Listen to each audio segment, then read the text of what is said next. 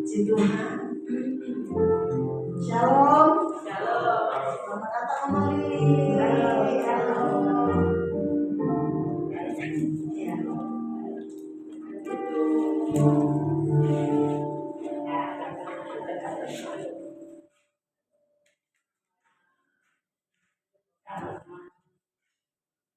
Ya, puji Tuhan. Shalom. Kembali kita bersyukur pada Tuhan untuk sore ini kita ada di tempat ini. Kita berjumpa di dalam kasih Tuhan. Kita akan bersyukur sama-sama di dalam kasih-Nya. Sebab itu mari kita persiapkan hati untuk memuji Tuhan. Haleluya. Kita berdoa. Bapa di surga, pada sore ini kembali kami datang di hadapan-Mu Tuhan. Kami datang untuk bersyukur di hadapan-Mu Bapa. Sebab Engkau begitu mengasihi kami. Engkau sungguh Tuhan memelihara hidup kami, sehingga kami ada untuk menyembah Engkau pada saat ini. Kuduskan kami Bapa, layakan kami, dan biarlah pujian kami boleh menyukakan Engkau. Tuhan, terima kasih. Biarlah Tuhan Engkau akan memberkati ibadah kami ini Tuhan. Terpujilah nama-Mu Bapa, dalam nama Tuhan Yesus. Haleluya. Amin. Haleluya. Glory bagi Tuhan. Kita patut bersyukur sebab Dialah Allah yang penuh dengan kasih. Sungguh besar kasih-Nya kepada saya dan saudara, sehingga patut kita bersyukur. Mari kita akan menyembah Tuhan sama-sama di tempat ini. Haleluya Yesus. Haleluya. Haleluya. Terpujilah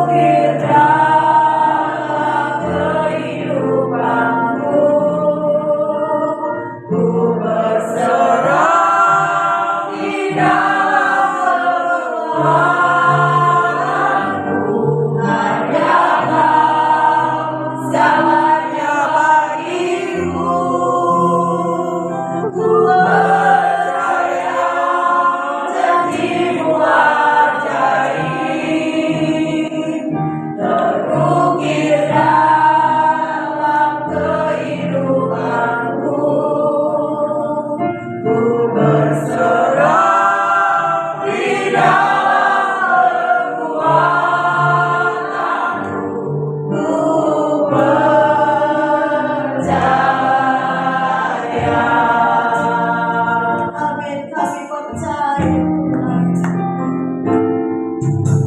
Sungguh besar setiamu, Kau nyatakan bagiku. Kau Bapa yang selalu mengerti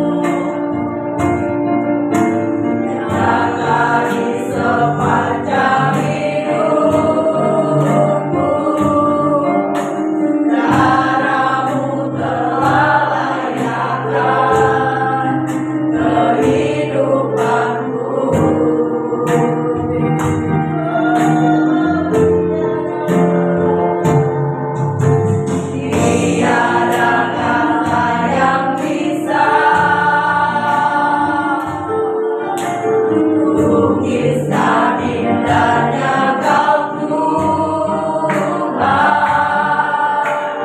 Bagimu segala pujian dan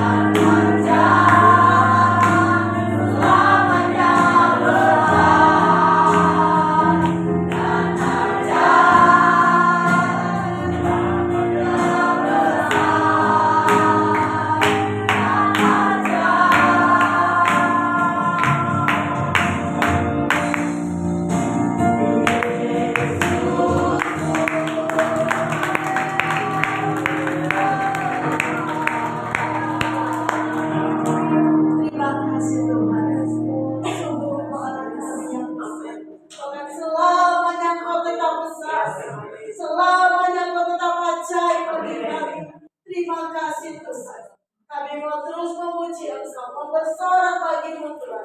Di dalam nama Tuhan Yesus. Haleluya. Amin.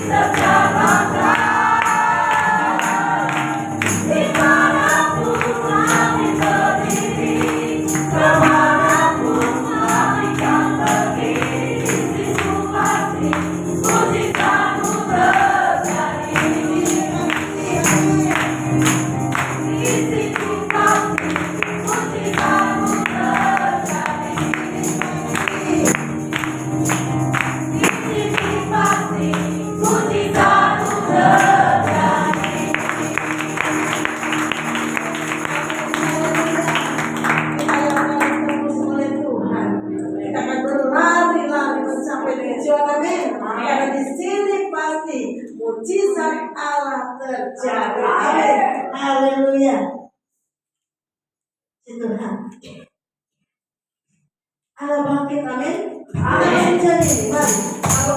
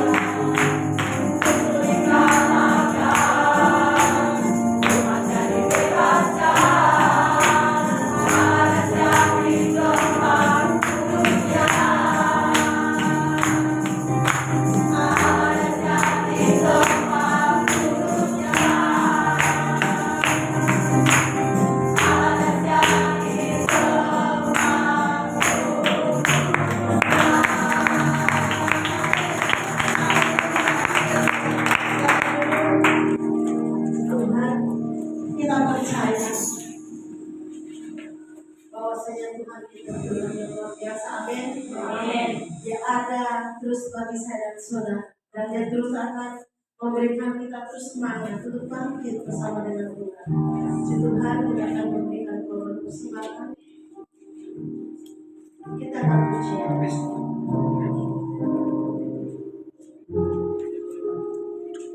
Karena temanya hari ini tentang keluarga, maka saya ambil pujian tentang keluarga. Saya percaya kita sama-sama belajar.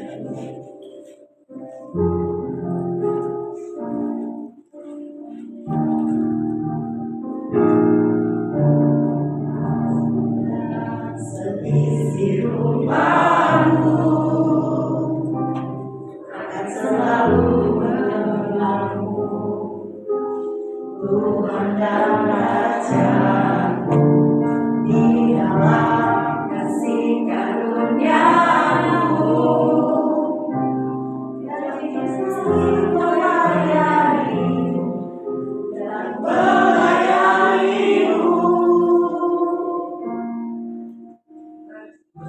Bila Tuhan menjadi kepala rumah ini, maka berkat kehidupan tercurah selalu.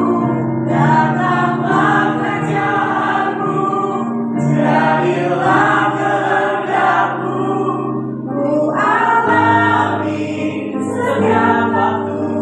Keluargaku adalah surgaku. Kita berjalan. Aku dan seisi rumahmu akan selalu menyembah-Mu, Tuhan dan Raja di dalam kasih karunia-Mu, yang hidup saling melayani dan melayani-Mu. Bila Tuhan menjadi kepala rumah ini, maka berkat kehidupan tercurah selalu. Datanglah kerjaan-Mu, jadilah kehendak-Mu, ku alami setiap waktu. Keluargaku adalah surgaku.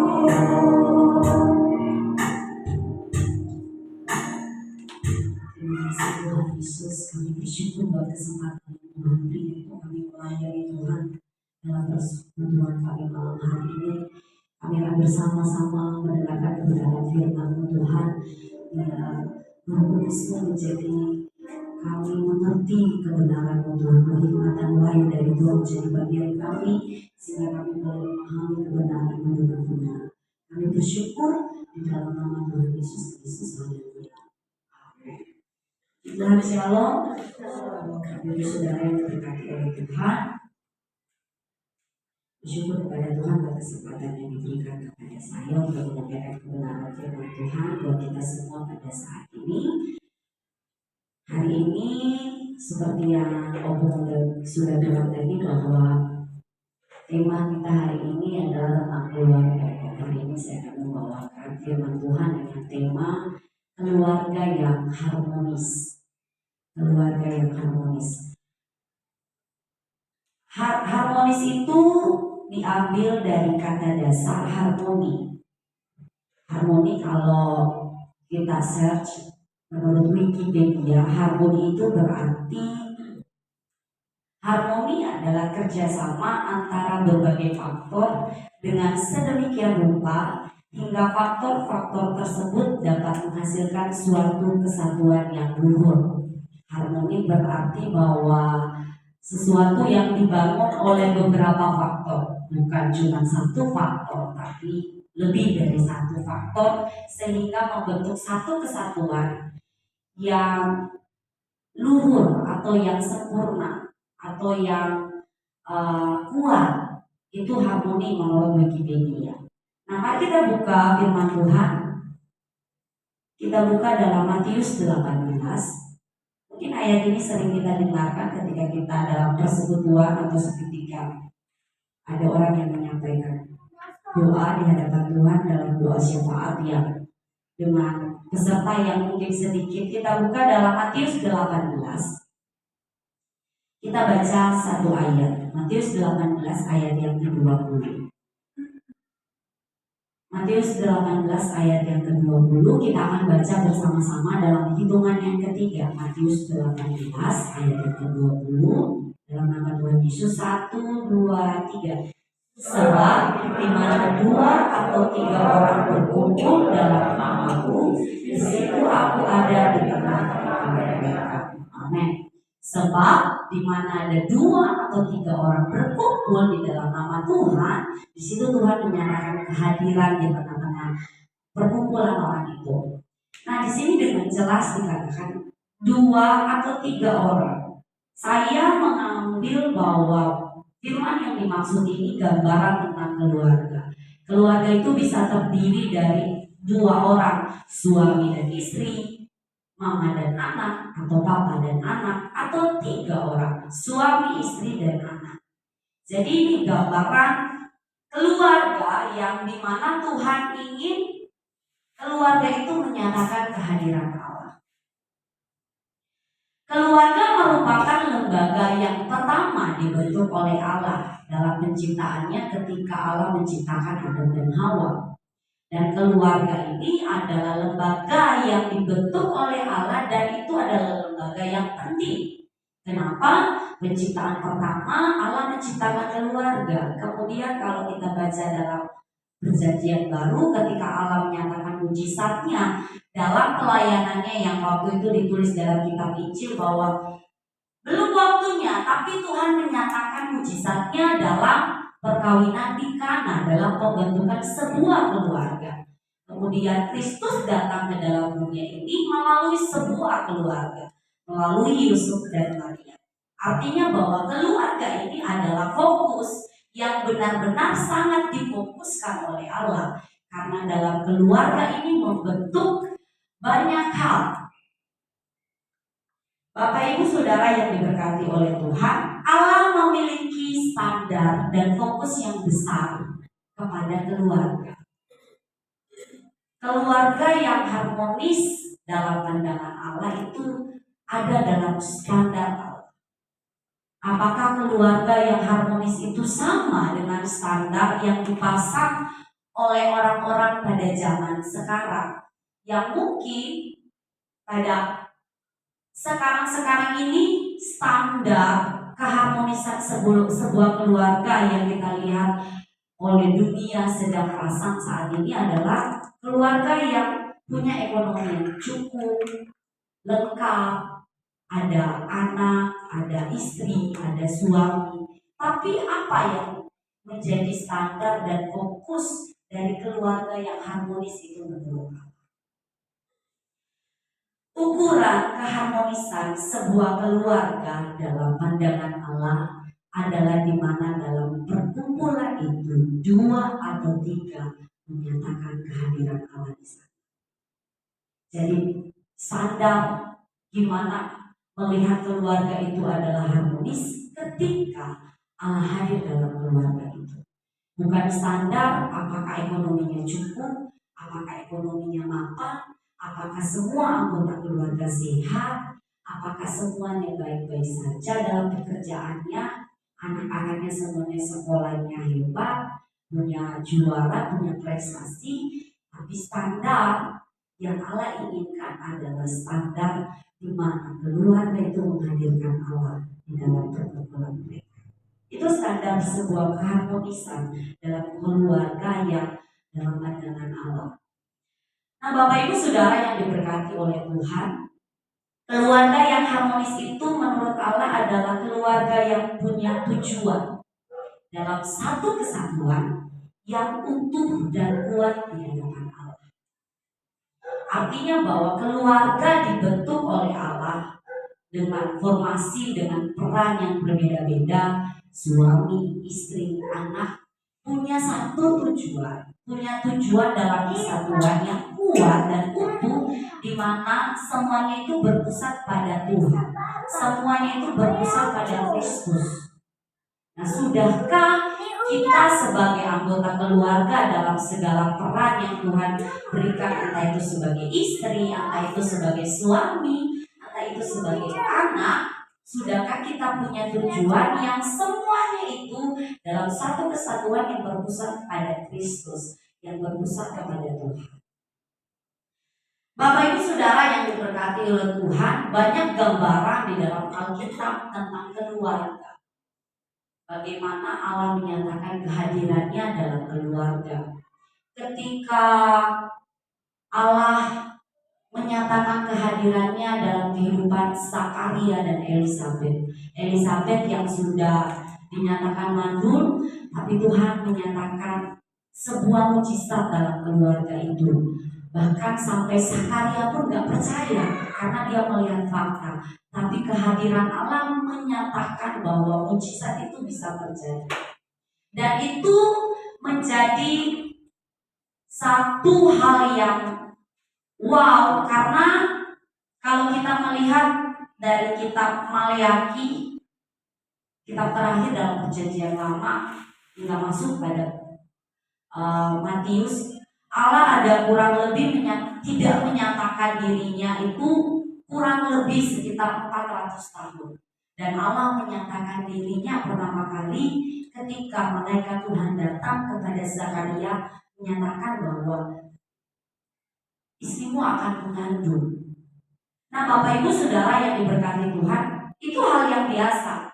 Tapi kalau kita melihat secara tradisi pada saat itu, Zakaria memiliki posisi sebagai seorang imam. Dan seorang imam itu harus sebuah keharusan untuk memiliki keturunan karena yang akan meneruskan. Tapi pada saat itu Elisabet dinyatakan tidak bisa punya anak atau mandul. Nah, pada saat itu adalah sebuah hal yang biasa, yang dianggap bisa-bisa saja, yang dianggap boleh-boleh saja ketika ketika Elisabet dinyatakan mandul, bisa meninggalkan Elisabet supaya dia punya keturunan. Tapi apa yang dilakukan oleh Zakaria, dia tetap kepada janjinya kepada Elisabet. Nah, kemudian melihat kesatuan dari suami istri ini, Allah menyatakan mujizatnya. Sehingga Elisabet yang dinyatakan mandul mengandung seorang anak, yaitu Yohanes Pembaptis. Ini menyatakan bahwa kesatuan dalam sebuah keluarga itu penting. Karena itu akan mendatangkan kehadiran Allah. Kehadiran Allah itu banyak hal yang bisa dikerjakan. Ketika Allah sudah hadir dalam sebuah keluarga, maka banyak hal yang akan dinyatakan oleh Allah.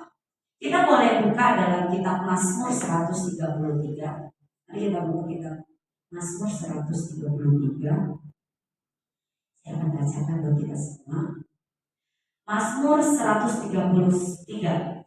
Sungguh alangkah baiknya dan indahnya apabila saudara-saudara diam bersama dengan rukun, seperti minyak yang baik di atas kepala meleleh ke janggut, yang meleleh ke janggut Harun dan ke leher jubahnya, seperti gunung-gunung Hermon yang turun ke atas gunung-gunung Sion. Sebab kesanalah Tuhan memerintahkan berkat kehidupan untuk selama-lamanya. Bapak Ibu Saudara yang diberkati oleh Tuhan, ini gambaran sebuah kesatuan dalam keluarga yang diinginkan oleh Bapa, oleh Allah, di mana suami dan istri itu hidup rukun, suami, istri dan anak itu hidup rukun, dan itu dimulai dari Harun sebagai seorang imam, dan itu dimulai oleh kepala keluarga sebagai imam dalam keluarga. Mazmur 133 adalah gambaran keluarga yang memiliki keharmonisan karena kehadiran. Ini ditulis dalam kitab Perjanjian Lama. Kemudian gambaran ini kemudian kembali dituliskan. Kembali dituliskan artinya bahwa gambaran keluarga yang dituliskan secara lengkap menurut peran dan posisi masing-masing dalam keluarga. Kita lihat Paulus menulis itu dalam kitab Efesus 5 dan 6. Di situ sangat jelas ditulis peran masing-masing kita dalam keluarga. Dan ini adalah gambaran tentang Allah dan jemaatnya. Allah sangat fokus kepada keluarga karena keluarga itu menggambarkan tentang hubungan antara Kristus dengan jemaat. Hai suami-suami, kasihilah istrimu. Hai istri-istri, tunduklah kepada suamimu seperti jemaat Tuhan tunduk kepada Kristus. Hai suami-suami, kasihilah istrimu seperti Kristus mengasihi jemaat. Kemudian di Efesus 6, hai anak-anak, taatilah orang tuamu di dalam Tuhan. Ini adalah sebuah kelengkapan yang Allah inginkan untuk kita lakukan dalam kehidupan keluarga, dalam setiap peran kita masing-masing. Sebagai istri, sebagai suami, sebagai anak. Kemudian kalau kita mau lihat peran masing-masing itu lengkap. Hai bapak-bapak, jangan bangkitkan amarah anak-anakmu. Jadi artinya bahwa kenapa harus bapak? Kenapa enggak mama? Kenapa enggak ibu? Padahal kebanyakan pada akhirnya anak-anak itu dekatnya sama mama. Biasanya tuh seringnya ngomong kayak gini kalau di media sosial itu anak-anak kalau datang nanyanya pasti carinya mama. Mama di mana? Mama di mana tasnya? Mama di mana sepatunya? Mama di mana sepatuku ya? Mama di mana ya tasnya? Artinya kebanyakan gambaran itu kalau kita melihat sekarang itu anak-anak itu dekat kepada mama. Tapi kenapa Alkitab menulis bapak-bapak jangan bangkitkan amarahmu kepada anak-anak? Padahal kalau zaman sekarang anak-anak itu ketemu bapaknya cuma satu pertanyaannya. Papa, mama di mana? Papi, mami di mana? Gak kenal papi, tasnya di mana gitu. Pasti papi, mami di mana? Udah ketemu, oh mami di kamar. Mami, tas aku di mana ya? Jarang gitu ya kayak mau bertanya. Paling ya udah kalau disuruh, misalnya, tolong ambilin dompet di tas. Baru tanya papi dompetnya di tasnya di mana? Tapi pertanyaan yang masih pasti, papi, mami di mana? Papa, mama di mana? Tapi Allah Alkitab menulis bahwa bapak-bapak jangan bangkitkan amarahmu. Itu adalah gambaran bagaimana Kristus sebagai kepala. Artinya bapak-bapak kepala keluarga harus menjadi imam. Dan itu adalah patokan Kristus di dalam jemaat. Nah Bapak Ibu Saudara yang diberkati oleh Tuhan, keharmonisan sebuah keluarga itu dibangun dalam satu kesatuan visi di hadapan Tuhan. Dalam setiap peran, bapak-bapak sebagai seorang suami, ibu-ibu sebagai seorang istri, anak-anak sebagai anak dalam keluarga. Firman Tuhan menulis seperti itu lengkap. Hai anak-anak, taatilah orang tuamu di dalam Tuhan. Artinya ketaatan seorang anak. Ya, anak-anak di sini kita semua dalam posisi sudah sebagai anak karena kita punya orang tua. Yang walaupun memang ada beberapa orang yang tidak diizinkan untuk merawat orang tuanya atau sekarang sudah tidak ada yang tidak lengkap. Tapi kalau masih lengkap atau masih ada, taatilah orang tuamu di dalam Tuhan. Di dalam Tuhan ini artinya bahwa ketaatan seorang anak itu harus berdasarkan kebenaran Tuhan. Firman Tuhan menulis, hai anak-anak, hormatilah ayahmu dan ibumu. Dan ditulis, hai anak-anak, hormatilah ayahmu saja. Atau hai anak-anak, hormatilah ibumu saja. Hormatilah. Setiap kata yang diakhiri dengan kata lah itu menunjukkan sebuah perintah. Artinya perintah itu adalah sebuah keharusan yang harus dilakukan. Berarti adalah hal yang mutlak bagi seorang anak untuk menghormati orang tua. Kenapa ditulis dengan kata menghormati? Nggak ditulis dengan kata menghargai. Tas ini baru. Misalnya baru harganya 100.000 misalnya. Ketika sudah dipakai kurang lebih 6 bulan atau 7 bulan, dijual kembali, pasti harganya sudah berbeda. Karena nilainya atau modelnya, kualitasnya sudah tidak sama. Kenapa Alkitab menulis menghormati? Alkitab tidak menulis menghargai. Karena ketika kita menghargai orang tua, itu artinya kita memberi nilai.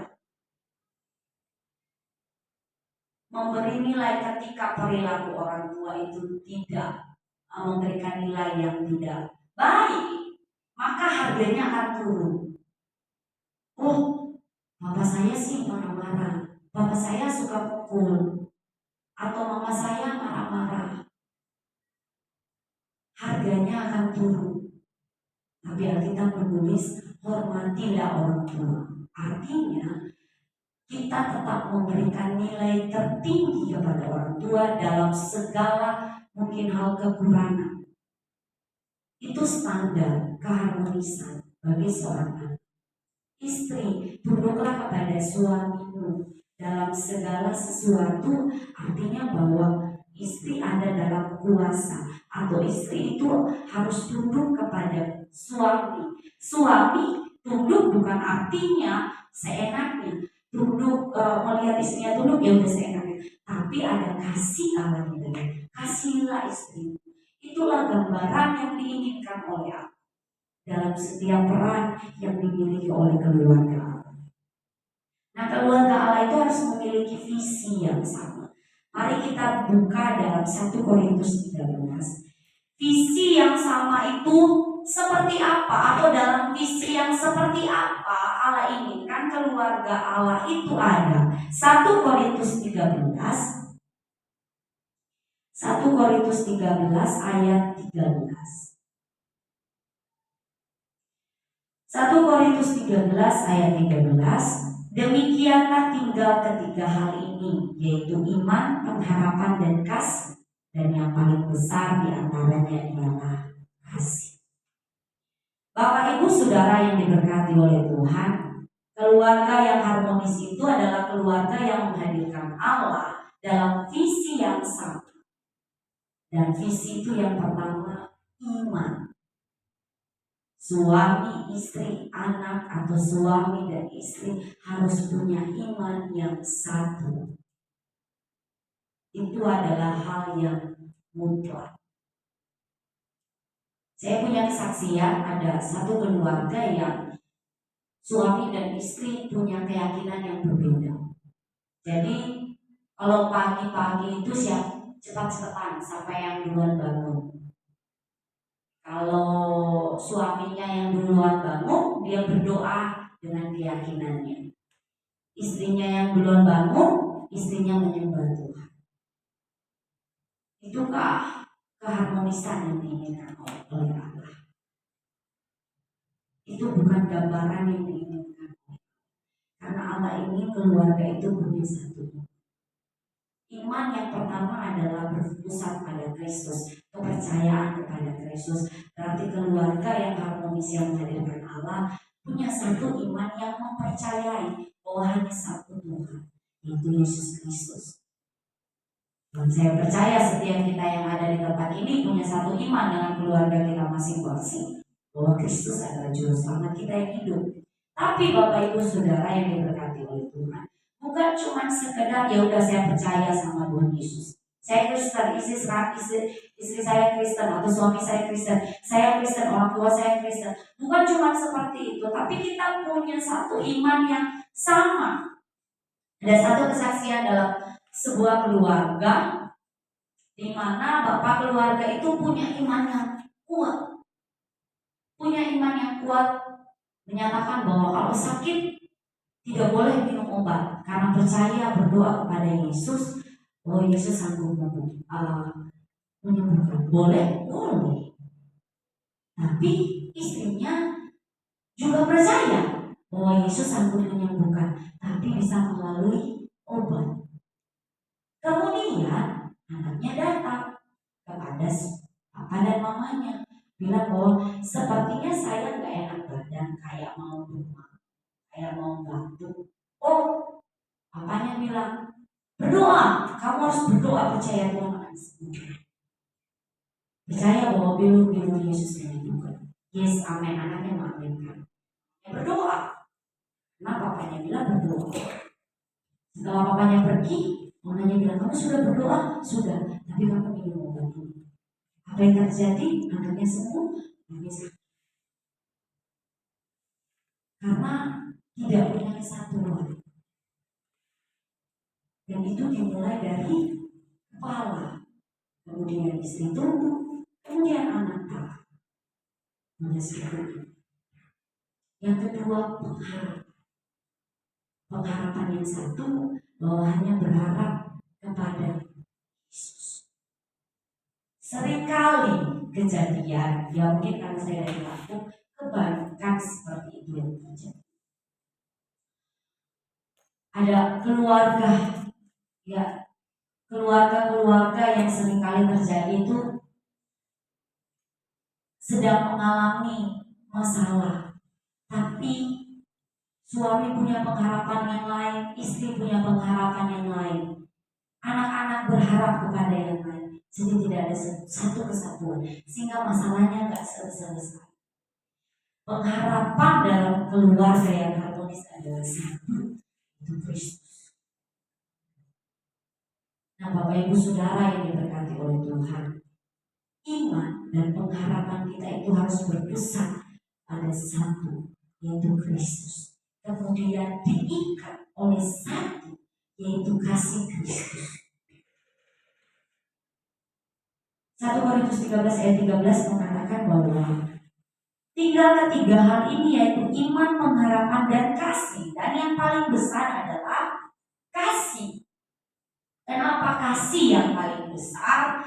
Karena dalam kehidupan keluarga, kasih itu penting. Dan kasih yang diinginkan oleh Allah adalah kasih agape, kasih yang tak berbalas, kasih yang tidak menuntut balasan, kasih yang harus mengikat semua orang, suami dan istri, anak dan orang tua.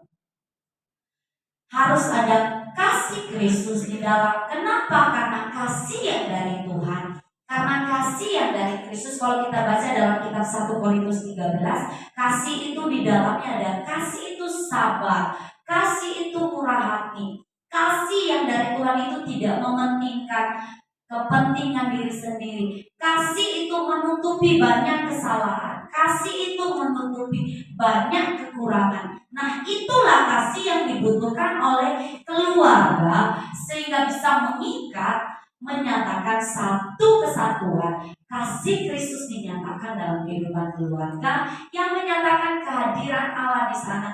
Karena kasih itu membangun iman dan pengharapan yang satu, yaitu kepada Tuhan.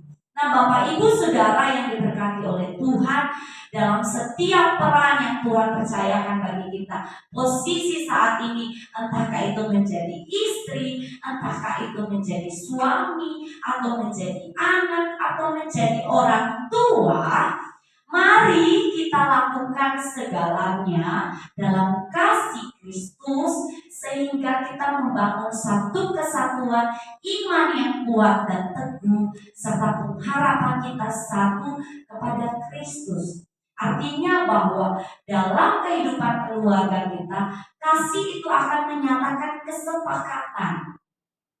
Ketika ada kasih yang mempersatukan, maka ada kesepakatan. Ketika 2 atau 3 orang berkumpul, di situ dinyatakan kehadiran Allah. Matius 18 ayat 20 firman Tuhan kita baca saat ini. Kalau kita baca ayat 19, bahwa Allah akan menyatakan dan mengabulkan segala sesuatu yang diminta oleh 2-3 orang yang berkumpul di dalam nama Tuhan.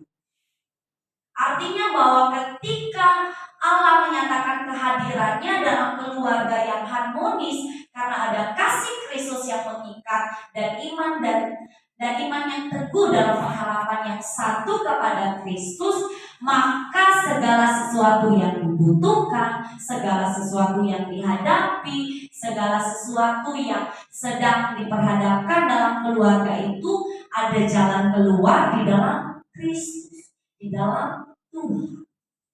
Maka tidak akan ada terjadi suami yang pusing menghadapi istri, atau istri yang pusing menghadapi suami, atau orang tua yang pusing menghadapi anak-anak. Dan itu dimulai turun dari kepala, turun kepada istri, turun kepada anak.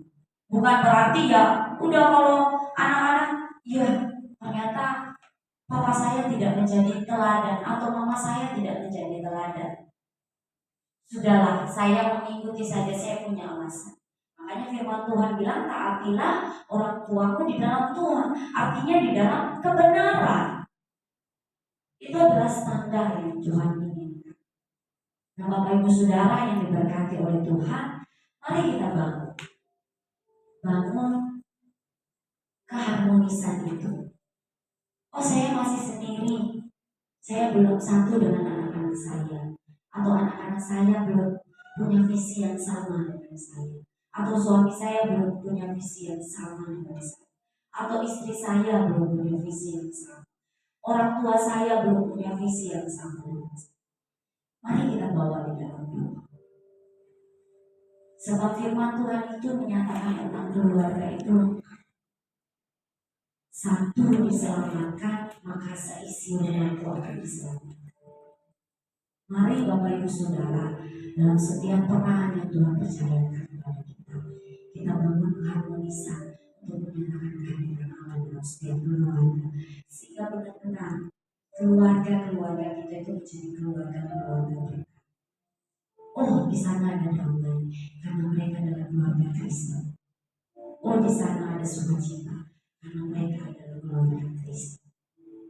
Sehingga yang dipermuliakan melalui keluarga kita adalah Kristus. Tuhan Yesus memberkati kita semua. Sampai berdoa firman. Mari kita berdoa. Terima kasih Bapak yang baik, kami bersyukur buat anak-Mu. Kami bersyukur buat kebenaran-Mu Tuhan. Roh Kudus yang manis menerangkan kebenaran-Mu dalam hidup kami, sehingga kebenaran-Mu ini menjadi rema atas hidup kami.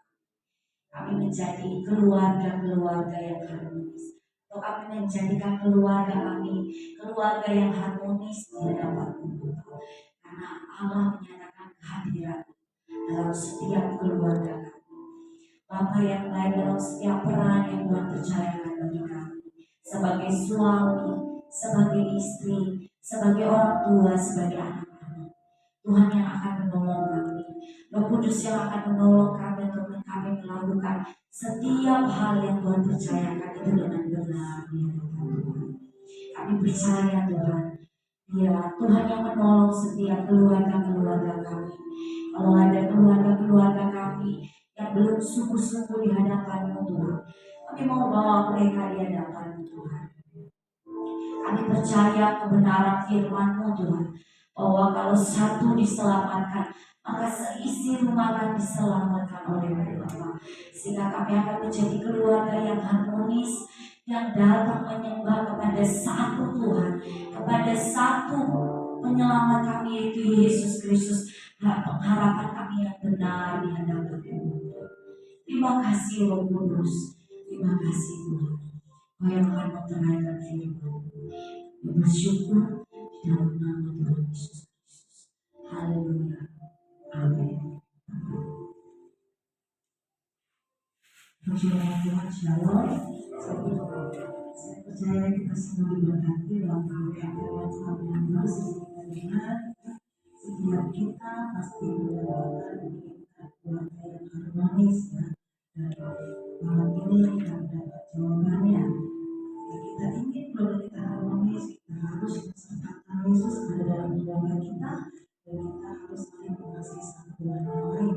Terima kasih Bapak Injil kita yang sudah menjadi berkat kita semua. Dan malam hari ini Tuhan Yesus memberkati. Mungkin ada yang mau sharing mengenai firman Tuhan yang bisa kita dengar, silakan.